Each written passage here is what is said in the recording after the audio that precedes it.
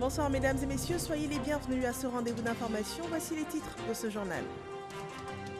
L'école est effective sur tout le territoire national. Une semaine après l'intérieur du pays, les classes ont rouvert leurs portes ce lundi dans le Grand Abidjan, dans le strict respect des mesures barrières, lavage des mains, distanciation sociale, port obligatoire des masques, des règles valables autant pour les enseignants que pour les élèves. Voilà plus de 2 mois que la Côte d'Ivoire est engagée dans la lutte contre la pandémie du coronavirus Covid-19. Ce jour, le bilan de la pandémie et la stratégie sanitaire ont été présentés au sénateur Raya Moussoukro. La Covid-19 sévit toujours, mais la tendance tend à être inversée. Une présentation à suivre dans ce journal. Le Burkina Faso et la Côte d'Ivoire, ensemble contre le terrorisme, lancent Comwave 2020, une opération conjointe de sécurisation de la bande frontalière dont l'objectif est d'empêcher l'implantation des groupes terroristes sur leur territoire. Bienvenue dans ce 23h. Notre pays mène depuis plus de 2 mois maintenant une lutte acharnée contre la pandémie du coronavirus Covid-19. Un combat collectif face auquel la RTI fait aussi sa part, qui est de vous communiquer l'information juste et vérifiée.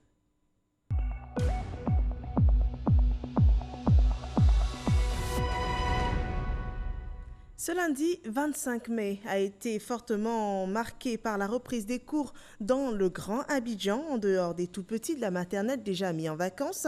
Les classes du primaire et du secondaire ont rouvert dans le strict respect des mesures barrières. Les dispositions ont d'ailleurs été inspectées par la ministre de tutelle, Kandia Camara, qui s'est rendue dans certains établissements scolaires. Cette tournée nous est rapportée par Sephora Zegui.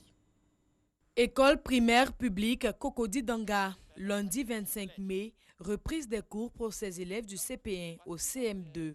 Ces apprenants sont attentifs aux consignes du chef d'établissement. Nous reprenons les cours dans les conditions difficiles, mais il y a des mesures barrières qu'il faut observer pour nous permettre de finir les 1 mois et demi que nous allons passer ensemble. Après les conseils d'usage, les instituteurs procèdent à la constitution des groupes. Les élèves bien installés, le cours peut démarrer. Le directeur de l'école insiste sur les mesures barrières. Nous reprenons les cours dans les conditions difficiles, mais si nous respectons les mesures barrières, nous n'aurons pas de risque. Les parents d'élèves sont eux aussi venus accompagner leurs enfants pour voir de plus près les dispositions prises pour assurer la sécurité de ceux-ci. Je suis très satisfaite de toutes les informations que j'ai pu avoir ce matin par le biais du directeur de l'école.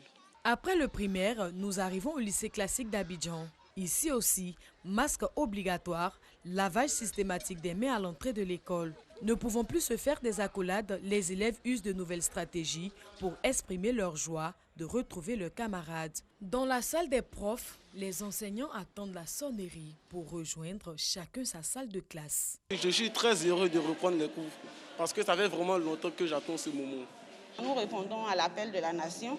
Nous ne pouvons pas laisser ces élèves-là comme ça sans terminer leur année scolaire. Et surcroît pour ceux qui sont en classe d'examen. Lors de notre passage dans cet établissement, la ministre de l'Éducation nationale, de l'enseignement technique et de la formation professionnelle est venue s'assurer que la reprise est effective. Pour devoir, nous allons faire la sensibilisation. Vous allez sensibiliser vos amis à l'école. Après Cocody, cap est mis sur le plateau. Au cours secondaire méthodiste, Kandia Camara a aussi sensibilisé élèves et enseignants. Dernière étape de la tournée, école régionale de Trècheville. La ministre assure de sa disponibilité à tout mettre en œuvre pour que 0 cas de Covid-19 ne soit déclaré dans les écoles. Nous pourrons prendre toutes les mesures dans les écoles. Mais si l'enfant n'est pas protégé dans son environnement familial, il court des risques. Nous ne voulons pas de risques pour nos enfants. Nous voulons que nos enfants demeurent en bonne santé. Mais pour ce faire, il faut que les parents eux-mêmes respectent les mesures barrières, qu'ils se protègent afin de protéger leurs enfants, afin que la maladie n'entre pas à l'école. Pendant sa tournée, la ministre Kandia Camara a annoncé la distribution de plus de 80 millions de masques de protection en faveur des élèves et enseignants.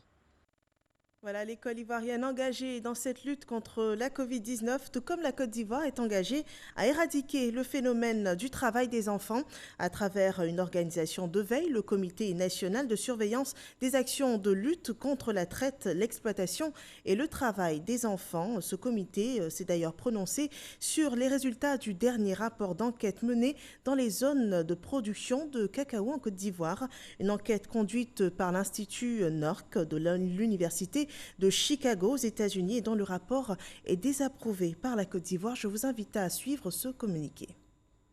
Le 29 juin 2020, NORC publiera son rapport d'enquête 2018-2019 sur le travail des enfants dans les zones productrices de cacao en Côte d'Ivoire et au Ghana.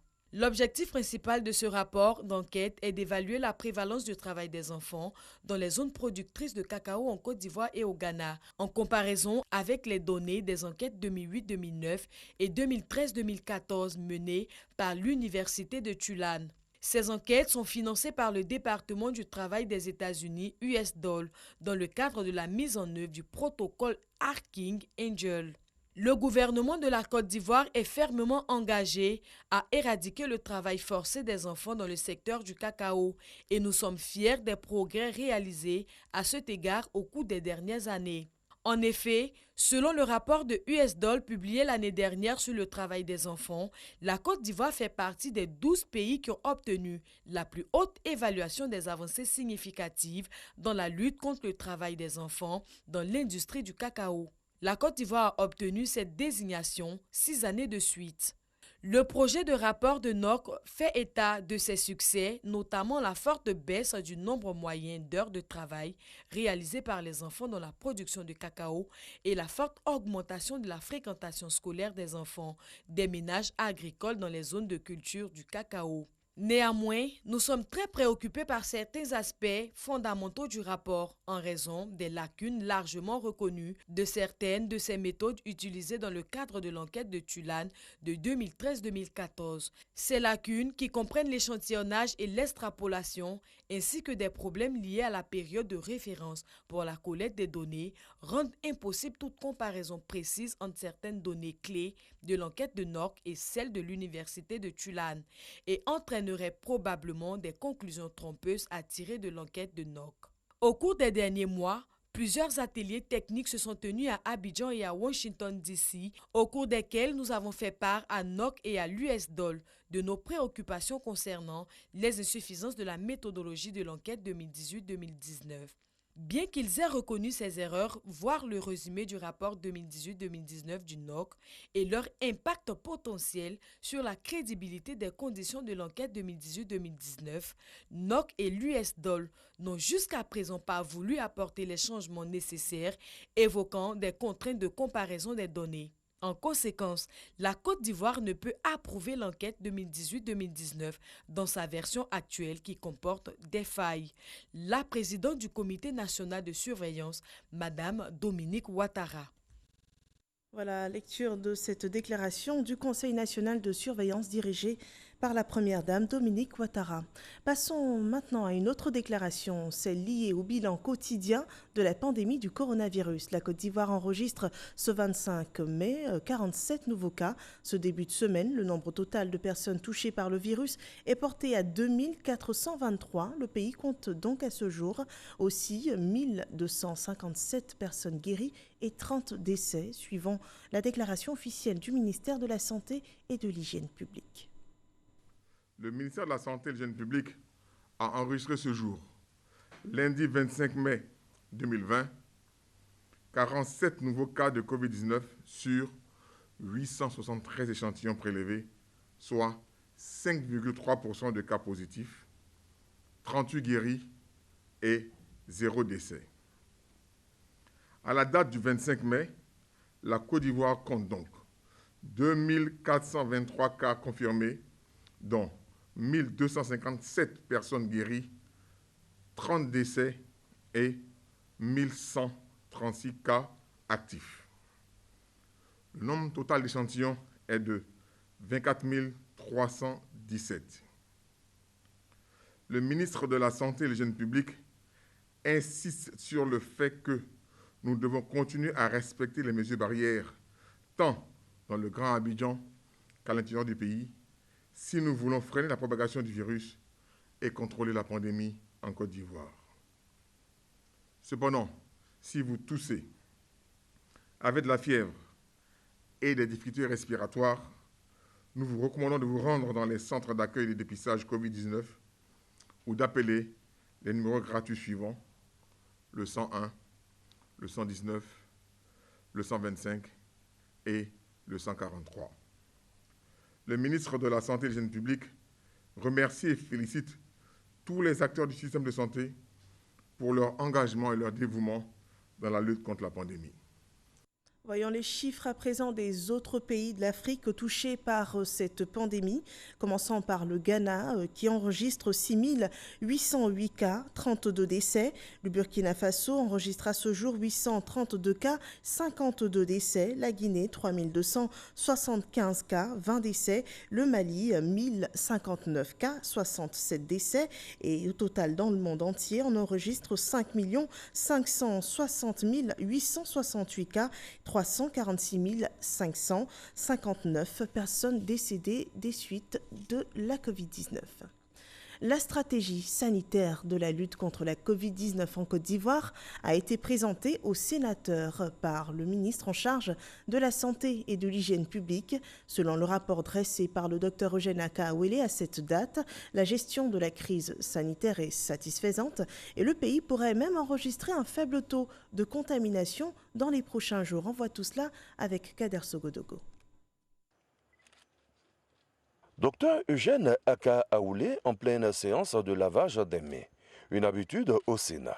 L'institution reçoit le ministre de la Santé et de l'Hygiène publique qui vient dresser le bilan d'environ 4 mois de lutte contre la pandémie du coronavirus. Le président du Sénat, Jano Aousso-Kouadio, en prenant la parole, a tenu à saluer les efforts et le sens de l'engagement de l'hôte du jour dans la lutte contre la pandémie. Monsieur le ministre, je voudrais vous rendre ici un vibrant hommage pour le travail fort remarquable que vous abattez au quotidien. Vous êtes avec le personnel de santé que cette crise a révélé comme des professionnels. Il sera donc question, monsieur le ministre, de décliner à mesdames et messieurs les sénateurs le plan de riposte contre la maladie à coronavirus mis en œuvre par le ministère dont vous avez la charge, notamment les moyens matériels, humains et financiers réels dont vous disposez pour la bonne conduite de votre mission sur toute l'étendue du territoire national. Professionnel de santé né à la pointe de la lutte depuis le début de la pandémie, Dr Eugène Akaawele, à son tour, pour le grand oral, ne s'est pas dérobé. La lutte contre la Covid-19, c'est son affaire. Il s'y connaît. Un pan du bilan en termes de lutte. 65% des positifs sont des hommes contre 35% de femmes. Le taux de positivité varie entre 6 et 10%. Cependant, ces dernières semaines, vous aurez noté que le taux diminue. Hier, il était à 2%. Et le nombre de guéris, 1219, est pour la première fois plus important que le nombre de cas actifs, 1127. Nous avons donc commencé à inverser la tendance et nous espérons que les résultats de cette semaine vont confirmer cette tendance. La réouverture des écoles, des lieux de culte, des maquis et restaurants ne porte-t-elle pas atteinte aux efforts de lutte? Le système qui est en place a des plateformes nécessaires pour géolocaliser tous les malades. Vous parlez des enseignants, on sait où ils se trouvent. Les élèves, ils sont en contact avec nos districts sanitaires. Il faut quand même admirer ce système qui est l'un des plus performants. Donc dans ces conditions, reprenons le travail. La Côte d'Ivoire, qui se veut une nation forte, a son schéma de lutte. Dès lors, le pays présente les perspectives à venir. Le renforcement des régions et districts sanitaires est un élément important dans la gestion de cette crise sanitaire et pour le futur. Il s'agira de renforcer les dispositifs sanitaires aux différentes frontières terrestres par l'équipement des directions départementales de la santé en local d'isolement et en matériel tels que les thermomètres infrarouges, de faciliter la mobilité des équipes par l'acquisition de véhicules 4x4 pour tous les districts sanitaires, notamment les districts frontaliers, afin d'assurer une surveillance et une veille sanitaire. En somme, La Côte d'Ivoire, à l'instar du reste du monde, a appris à connaître le coronavirus et le pays met tout en œuvre pour le dompter. Le ministre de la Santé et de l'Hygiène publique et ses collaborateurs, en quittant le Sénat à Yamoussoukro, ont voulu laisser l'image d'une nation debout, résolument engagée à détruire le virus. Passons de Yamoussoukro à Jacquesville. La cité touristique n'enregistre à ce jour aucun cas de Covid-19 et le maire de la ville a présenté sa stratégie de lutte. Elle est principalement axée sur la sensibilisation des populations. Le tourisme local qui souffre aussi de la pandémie sera soutenu par le plan de riposte du gouvernement. Ce sont des informations qui ressortent du point presse du gouvernement dont on rend compte Mahama Traoré. Jacquesville, localité située à une cinquantaine de kilomètres d'Abidjan, une cité balnéaire prisée des Abidjanais pour les sorties détente du week-end. En cette période de crise sanitaire, cet attrait touristique est en réalité un facteur de propagation de la Covid-19. Concernant la ville de Jacquesville, elle est caractérisée par une faible densité de population. Ces deux versants, dont l'un donnant sur le littoral, qui fait sa particularité. On y note une forte mobilité des pêcheurs et aussi un développement important du tourisme depuis l'ouverture du pont, qui l'a rendu plus accessible. De nombreux complexes hôteliers ont ainsi vu le jour et ces plages prises d'assaut les week-ends par les touristes d'horizons divers. Avec ses 34 villages, ses dizaines d'établissements primaires, ses établissements secondaires et professionnels, de même que ses nombreux travailleurs non résidents et ses commerçants qui font régulièrement la navette entre Abidjan et Jacquesville, font de Jacquesville une ville qui mérite attention particulière. Face à un tel risque, la mairie a interdit les plages aux excursions. À cette décision s'ajoute la vaste campagne locale de sensibilisation des populations sur les mesures de prévention contre la Covid-19. Une campagne a été organisée par la mairie dans pratiquement la quasi-totalité des villages de Jacquesville. Vous savez, nous sommes une commune mi-urbaine, mi-rurale, donc il fallait expliquer les choses en langue française, mais aussi en langue locale. Je voudrais signaler la forte implication des chefs de village et des chefs de communauté. À ce jour, Jacquesville n'enregistre aucun cas de Covid-19, preuve que les populations se sont montrées disciplinées. Ce n'était pas le cas sur l'ensemble du territoire national le week-end dernier, selon le constat fait par le porte-parole de la police nationale. Le commissaire Bleu Charlemagne livre quelques précisions sur les demandes d'autorisation de sortie et d'entrée dans le Grand Abidjan. Si vous n'avez pas de véhicule, que vous avez fait la demande, souffrez qu'elle vous soit rejetée. Si vous ne donnez pas le moyen par lequel vous allez partir à l'intérieur du pays. Si vous ne savez pas conduire, que vous avez un véhicule, vous déclarez, bien entendu, à l'inscription votre véhicule et vous déclarez celui qui va vous conduire en y joignant la copie de son permis. Le maire de Jacquesville assure qu'une évaluation est en cours pour déterminer l'impact économique de cette pandémie sur le tourisme local. Une fois achevés, les résultats seront transmis au gouvernement pour une prise en compte dans le cadre du plan de soutien économique, social et humanitaire de lutte contre la Covid-19. Au centre-est de la Côte d'Ivoire, à Ouélé, les populations de cette localité ont reçu vivre et non-vivre de Daniel Kablan-Duncan, le vice-président de la République.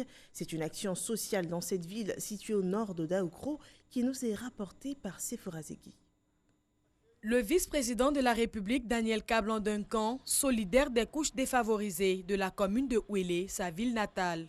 La délégation conduite par Alexandre Aka, son conseiller, est arrivée à Ouélé les bras chargés de vivres et non-vivres. Ce don est composé de 200 sacs de riz de 50 kg, 300 cartons de pâtes alimentaires, 5000 boîtes de sardines, 200 seaux à robinet, 1200 pots de savon liquide, 50 cartons de papier mouchoir et 200 seaux. Nous lui disons sincèrement merci. Merci pour ce qu'il fait pour nous et ce qui, à coup sûr, va continuer de faire pour Ouélé. Prenant la parole, l'émissaire du vice-président rappelle l'attachement de Daniel Kablan-Duncan à cette localité, chère à son cœur. Malgré un agenda de travail très chargé, aux côtés du président de la République, son Excellence M. Alassane Ouattara, pour trouver une réponse efficace à cette pandémie au niveau national, il n'a pu s'empêcher d'avoir une pensée forte de solidarité pour ses sœurs et ses frères de Ouélé, à travers la remise de ces importants dons en vivre et non-vivre. Alexandre Aka invite les populations de Ouélé à s'approprier les mesures barrières édictées par le Conseil national de sécurité. Les étudiants des cités universitaires affrontent pour la plupart seuls cette crise sanitaire. Pour les soutenir, le ministre Mamadou Touré, en charge de la promotion de la jeunesse et de l'emploi des jeunes, leur prête main forte. Ils ont reçu des vivres et non-vivres à Boussanogo. C'est cette ambiance qui a prévalu à la cité universitaire, appelée Cité Rouge dans la commune de Cocody. Ces résidents ont reçu la visite du ministre de la Promotion de la Jeunesse et de l'Emploi des Jeunes à la tête d'une forte délégation. Une présence en ces lieux pour manifester sa solidarité à l'endroit des étudiants en cette période de crise sanitaire. Ce sont au total 6 tonnes de riz et 1536 bouteilles d'huile qui ont été réceptionnées par le directeur général du Centre régional des œuvres universitaires Abidjan 1, Bléguirao, pour être distribuées aux résidents de la Cité Rouge et de Saint-Jean. Depuis le confinement, tout est difficile, mais ils ont pensé à nous par la grâce de Dieu. Nous leur disons merci. Après la Cité Rouge, cap sur la cité universitaire d'Adjamé 220 logements. Le ministre Mamadou Touré et sa délégation ont offert un peu plus d'une tonne de riz et 384 bouteilles aux étudiants. Véritablement, les étudiants en avaient besoin.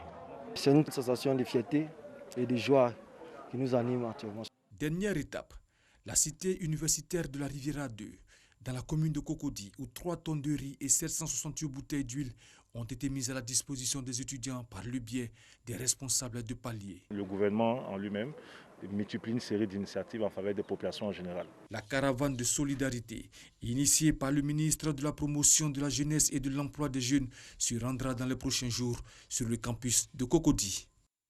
Les actions sociales se multiplient à l'endroit des personnes vulnérables en cette période de crise sanitaire.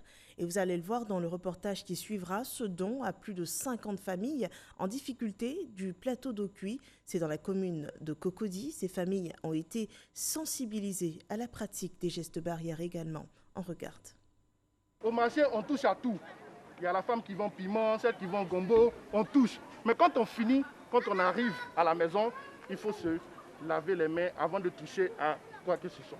Des gestes simples à appliquer que Aboubakar Diaby, président de la fondation CAF6, veut inculquer à ses familles. Pendant 1 heure, il les a entretenus sur le lavage régulier des mains, le port du masque et la distanciation sociale. La fondation CAF6, qui s'est donné pour mission d'apporter assistance aux plus démunis, vient d'offrir à 200 familles du plateau d'Ocuy des vivres et non-vivres d'une valeur de 5 millions de francs CFA. Un geste qui vient soulager ses citoyens. Nous que c'est bon de laver les mains et ça peut nous sauver, nous tous. Ces gestes-là nous vont droit au cœur. Ça va encore une fois permettre à la population de se sentir heureux et de comprendre qu'ils ne sont pas oubliés. Et c'est une satisfaction. Cette action traduit la volonté de cette fondation à apporter aide et assistance aux personnes en détresse. Nous sommes aujourd'hui dans le quartier du Dokuy pour sensibiliser la population, leur dire que le coronavirus est une réalité. Donc nous venons leur montrer et apprendre les gestes barrières et faire des distributions en kit sanitaire et en kit alimentaire. Pour leur dire que nous aussi nous venons les soutenir et ensemble nous puissions lutter contre cette pandémie. Après le plateau d'Ocuy, ce sont 1500 familles d'Adjamé, Abobo et Anyama qui vont recevoir des dons d'une valeur totale de 25 millions de francs CFA. À présent, ce drame que nous apprenions samedi dernier, 3 membres d'une famille, père, mère et fils, ont perdu la vie après avoir été percutés par un véhicule dont le conducteur était en état d'ébriété. L'une des victimes connues des médias pour ses prouesses dans le domaine de la néphrologie pédiatrique. Il s'agit du professeur Adonis Kofi Laurence. C'est une lourde perte pour la Côte d'Ivoire selon ses pairs de la médecine. Une enquête a été ouverte pour situer les responsabilités et les mis en cause risquent de lourdes pertes. Grace Kondo revient sur les circonstances de ce drame. Quelques jours après le drame, des fleurs, des bougies déposées par des proches ou des personnes touchées par la mort d'Adonis Laurence et sa famille. Je ne connais pas le couple, mais mon fils était ami à leur fils. Et mon fils est inconsolable depuis. Enfin, je vis l'émotion comme mon fils aussi. Et j'ai voulu juste m'arrêter pour allumer tiers à leur mémoire et c'est ce que je fais en ce moment.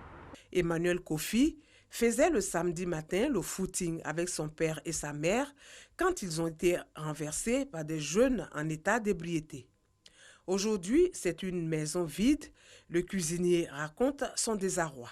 J'étais à la maison, aux environs de 7h, 7h30, j'ai mon collègue, le chauffeur, qui m'appelle et me dit « Ah, Bassolé, viens vite au travail parce que les nouvelles ne sont pas bonnes. » Et les nouvelles ne sont pas bonnes comment? Qu'est-ce qui se passe? Il dit non, que voilà, il y a eu un accident, monsieur, madame et Emmanuel, c'est-à-dire l'enfant, qu'il y a une voiture qui les a affectés, mais ils sont tous restés dans l'accident. Une fin dramatique pour professeur Kofi Adonis Laurence, directrice de l'unité de néphrologie pédiatrique du CHU de Yopougon, son époux et leur dernier enfant Emmanuel. C'était pour nous un fleuron du CHU de Yopougon. Une dame battante avec ses relations qui confondait tout à la limite pour satisfaire ses tout petits et son argent de poche, son argent même de famille et toutes ses ressources extérieures qu'elle arrivait à mobiliser.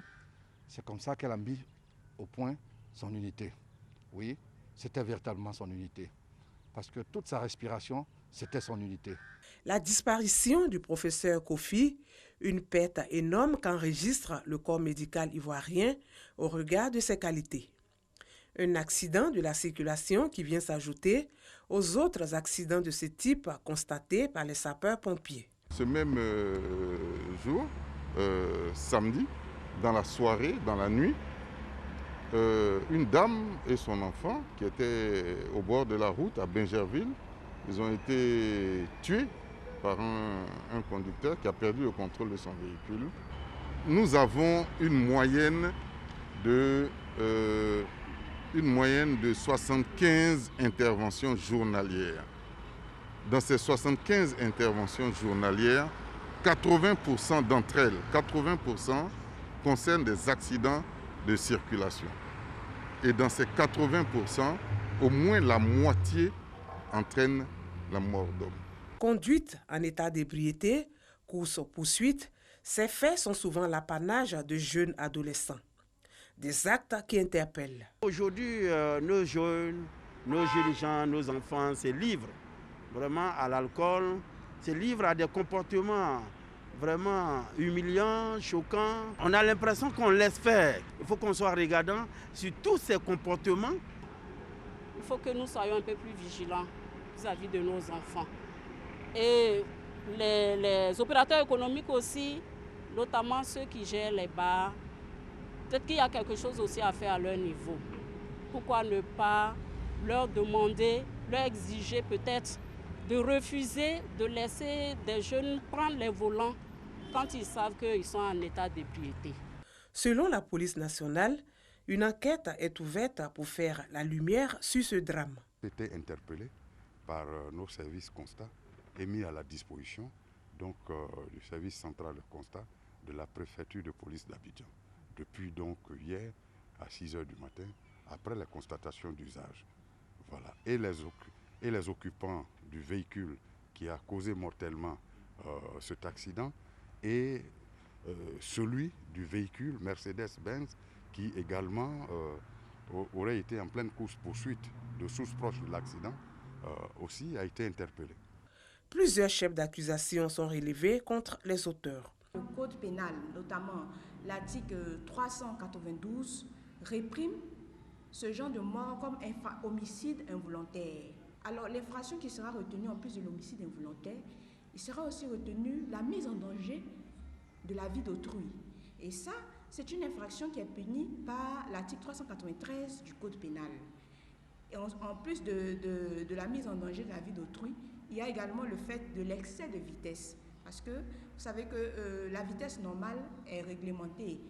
Les accidents sur la voie publique sont de plus en plus nombreux et meurtriers. La justice a décidé de réprimer sévèrement les auteurs de ces infractions qui endeuillent des familles.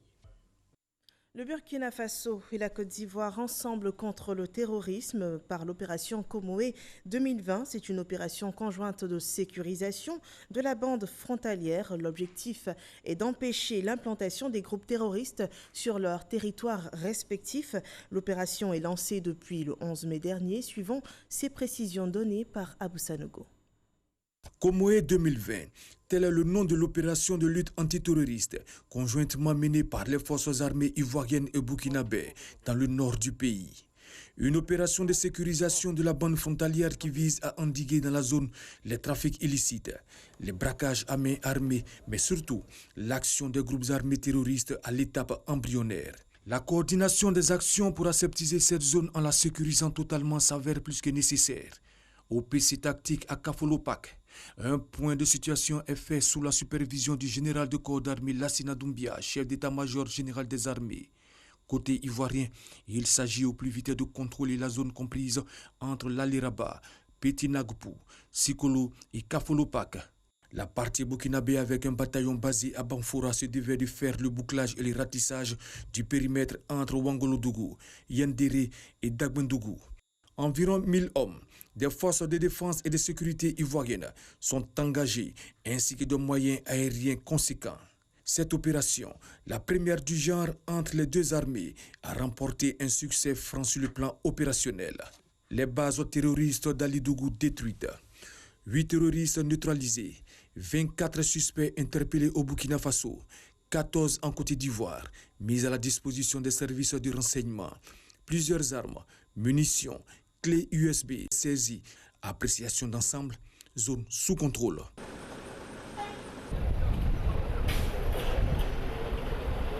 Satisfaction des deux états-majors. Excellent résultat obtenu grâce à la parfaite coordination entre les deux armées. Une initiative à poursuivre. Comme eux, ils n'ont pas de frontières, ils traversent et vous ne pouvez pas poursuivre puisqu'il y a la frontière. Mais ici, les deux armées se sont rassemblées. On a essayé de monter l'opération et vous voyez qu'il n'y a plus de possibilité de s'échapper. Et c'est ça qui nous a permis d'avoir des résultats tangibles. Nous estimons qu'aucun État ne devrait laisser une quelconque partie de son territoire être utilisée pour s'organiser, pour préparer et mener des attaques terroristes en territoire voisin ou s'y réfugier après avoir commis de tels forfaits. C'est une question qui relève de la morale. Donc cette opération conjointe nous aura permis de lever des doutes. Et au regard des résultats obtenus, nous pensons que cette zone pourra être stabilisée de façon durable. C'était un devoir pour nous de nous coordonner avec nos frères des forces armées du Burkina Faso pour sécuriser cette région. Aucune base terroriste n'existe sur le territoire ivoirien qui a peut-être servi de zone refuge lors des précédentes offensives burkinabè. Par ailleurs, l'opération Komoé 2020 était le lieu pour les forces armées des deux pays de faire des dons de matériel aux populations. Puis le chef d'état-major général des armées, Lassina Doumbia, s'est rendu au 4e bataillon d'infanterie de Korogo, unité de soutien de l'opération en zone ivoirienne, pour une adresse à ses hommes. Il les a félicités pour leur implication dans la sécurisation de la frontière nord du pays et les a appelés à la plus haute vigilance et à la solidarité. L'ordre d'opération Komoé 2020, toujours en cours, vient révéler la volonté des forces armées de Côte d'Ivoire de prendre une part active dans la lutte contre le terrorisme qui mine le continent. Nous terminons ainsi cette édition. Merci de nous avoir suivis. Respectons les mesures barrières et soyons prudents sur les routes. À demain.